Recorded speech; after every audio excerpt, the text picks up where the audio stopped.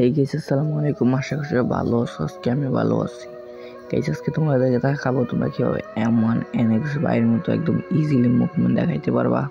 তো গাইস, আমরা যখন চাইতেছি হচ্ছে ট্রেডিং রাউন্ড স্টার্ট দিয়ে দিলাম। তো গাইস, এখনো যারা আমার ইউটিউব চ্যানেল সাবস্ক্রাইব করো না গাইস, প্লিজ গাইস দয়া করে সবাই সাবস্ক্রাইবটা করে দাও।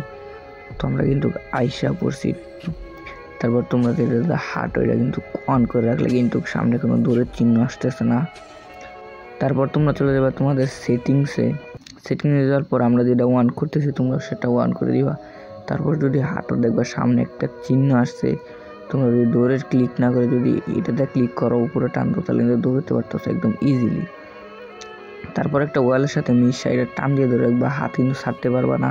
তারপর আবার চলে যাবে সেটিংসে, যে আবার অন করে দেবে। তারপরে এই যে M1 NX এর মতো একদম ইজিলি ঘুরতে পারো একদম সহজে।